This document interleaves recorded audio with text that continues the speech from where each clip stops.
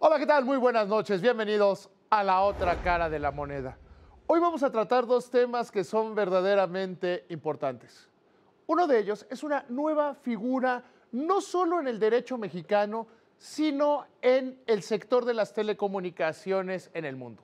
Se trata de la preponderancia, que no es lo mismo que la dominancia. Si se queda con nosotros va a entender estos conceptos y por qué a usted, que es usuario de telecomunicaciones, le interesan de una manera fundamental. Hoy, debido a la preponderancia, usted no puede tener acceso a los mejores servicios en materia de calidad, precio y oportunidad. Y otra pregunta que debemos hacernos es, ¿el gobierno nos ha pedido a todos los mexicanos o a la inmensa mayoría de los mexicanos que paguemos más impuestos?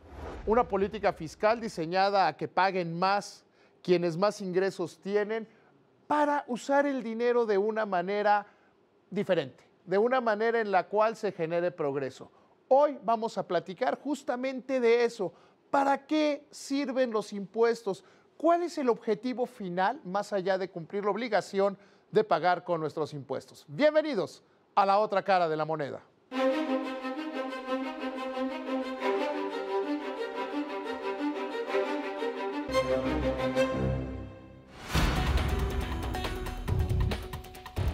Los procesos de dominancia que realiza la autoridad sobre ciertas empresas de telecomunicaciones generan meras especulaciones.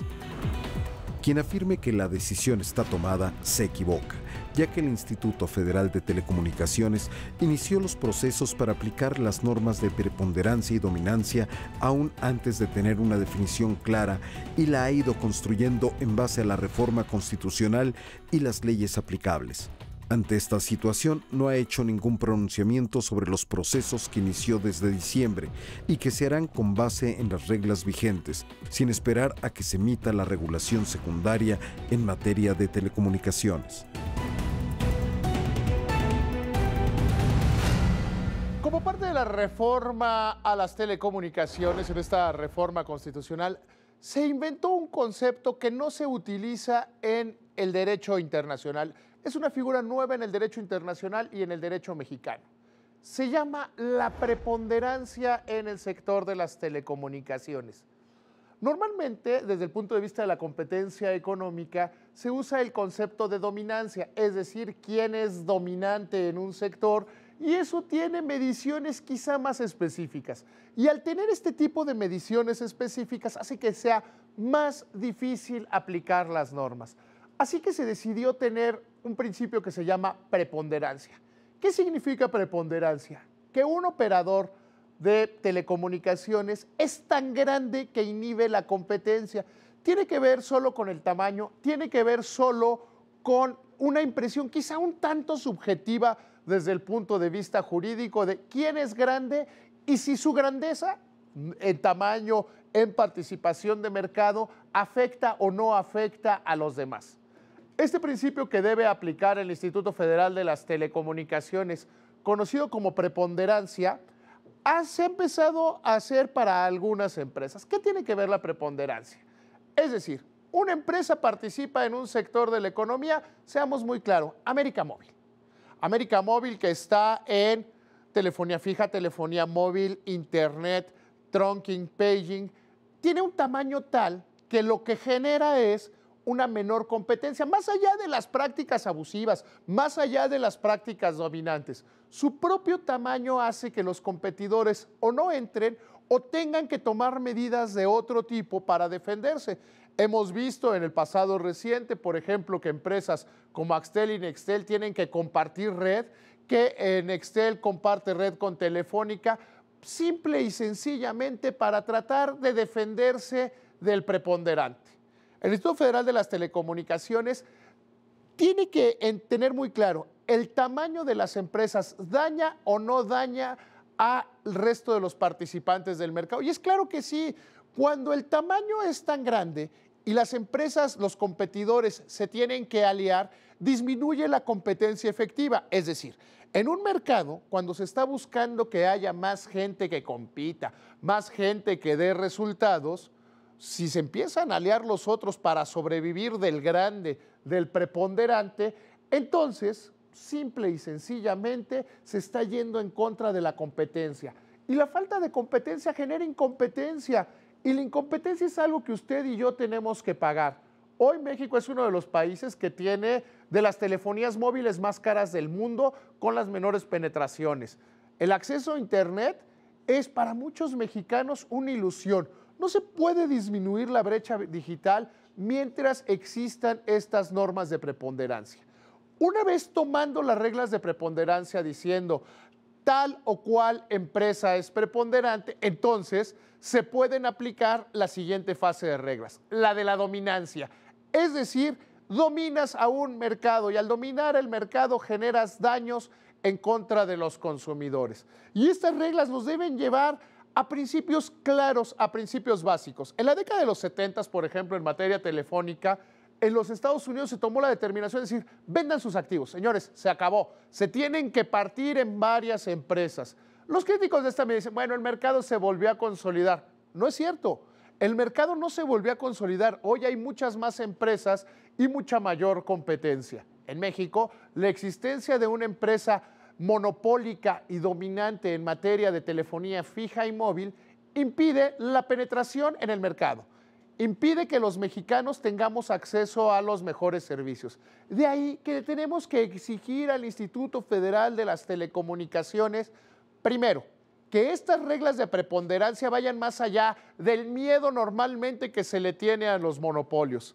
El gobierno del presidente Enrique Peña Nieto ha dejado clarísimo que quiere transformar al país, que lo quiere cambiar, que quiere que las cosas se den de una manera diferente. Si vemos, las reformas aprobadas durante el año pasado, todas tienen un común denominador. El gobierno quiere generar mayor competencia en materia económica.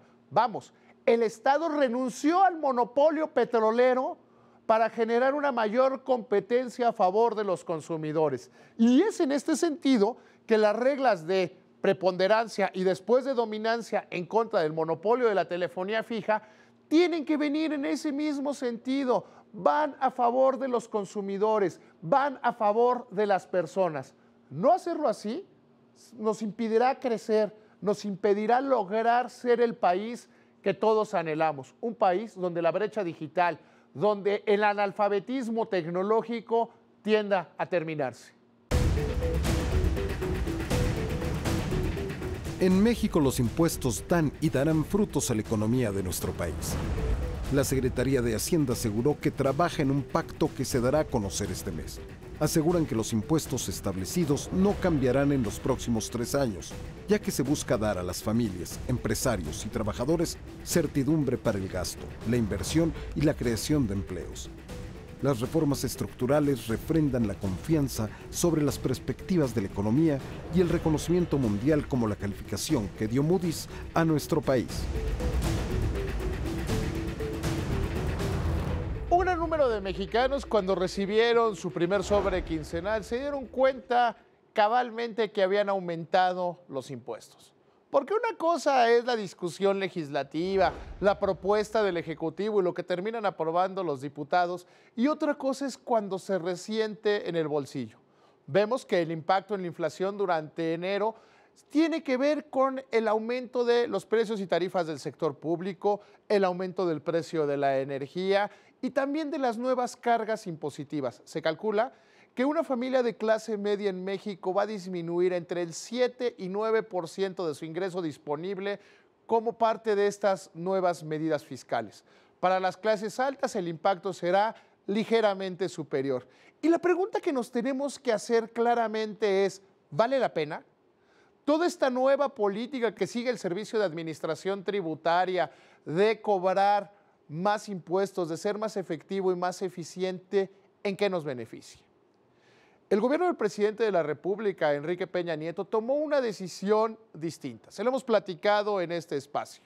Durante muchísimos años, la política fiscal fue favorezcamos a los empresarios, favorezcamos a las clases altas, porque esas van a generar crecimiento y van a generar ahorro y van a generar mercado interno. La realidad es que seguimos manteniendo una tasa de crecimiento bastante mediocre, una tasa de crecimiento similar al que se ha tenido en los últimos 30 años en el país.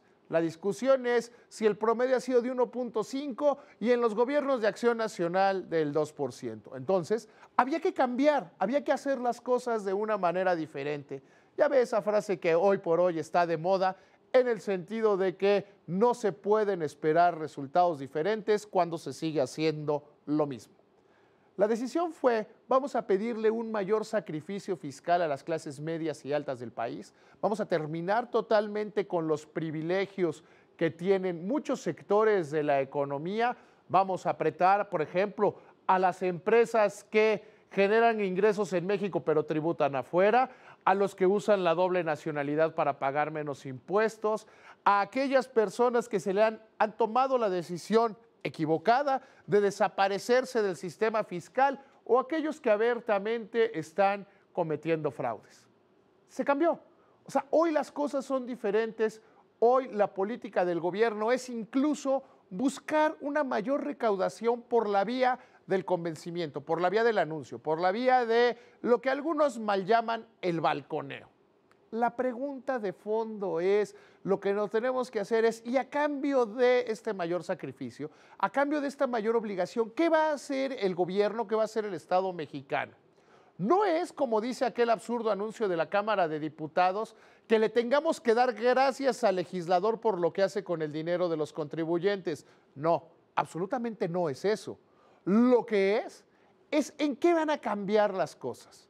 Si tenemos un país donde más mexicanos paguen impuestos, donde sea más difícil evadir al fisco, donde todos paguemos más, necesariamente las tasas de impuesto tienden a disminuir. Es el mismo principio que se aplica en los bancos. Hoy, ¿por qué las tasas de interés que cobra un banco son elevadas? Bueno, por la poca probabilidad de recuperación. El sistema fiscal mexicano durante muchísimos años se ha cargado en decir, le cobro mucho a los que tengo agarrados porque hay muchos que tengo sueltos. En la manera que desaparecen los sueltos, en la manera que la gente comienza a tener seguro que debe pagar impuestos, pues la tasa de impuesto tiende a disminuir. Hoy vemos a un gobierno que funciona de una manera más eficiente, de un gobierno que hace más con menos, y lo que se necesita es que este hacer más con menos llegue efectivamente a los bolsillos de las personas. ¿En qué? En mayor seguridad, mejor infraestructura, mejores tomas de decisiones y un comercio mucho más dinámico, mucho más activo. Cuando logremos ese punto, se verá, como yo espero que así sea, que el gobierno tenía razón en la política fiscal, que el camino es el adecuado, que el camino del apapacho al empresario quizá no funcionó. No funcionó porque no generó los resultados adecuados. Y el resultado adecuado no es otro más que lograr un crecimiento superior al 3% en promedio en este país. No discutamos si debemos crecer al 5% durante una generación, porque eso es uno de los mitos, de esas cosas que tenemos atoradas los mexicanos, como la creación de 1 millón de empleos cada año. Lo que tenemos que hacer claramente es un sistema fiscal que hoy tiende a ser más justo, un sistema fiscal que hoy tiende a tener menos huecos. ¿Que eso incomoda a algunos? Lo lamento. Esto es por lograr un México mejor. Le agradezco mucho que nos haya acompañado hoy y lo invito a que nos veamos, ya lo sabe, en este programa, en este momento. Esta es la otra cara de la moneda.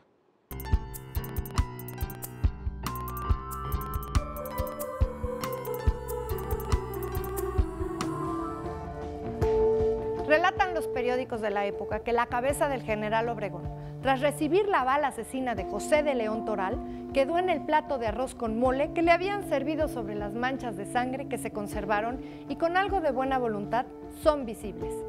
Se levantó en 1935 el monumento, una inmensa torre blanca partida a la mitad, con un ventanal que proporciona una luz tenebrosa al interior. Un acertado espejo de agua completa el entorno del paisaje. La pieza fundamental, atractivo de los niños de antaño, que gustaban de asustarse sabroso contemplando la mano que el general perdió en la batalla de Celaya. Hace pocos años fue retirada y sustituida por una de bronce elaborada sin ninguna gracia.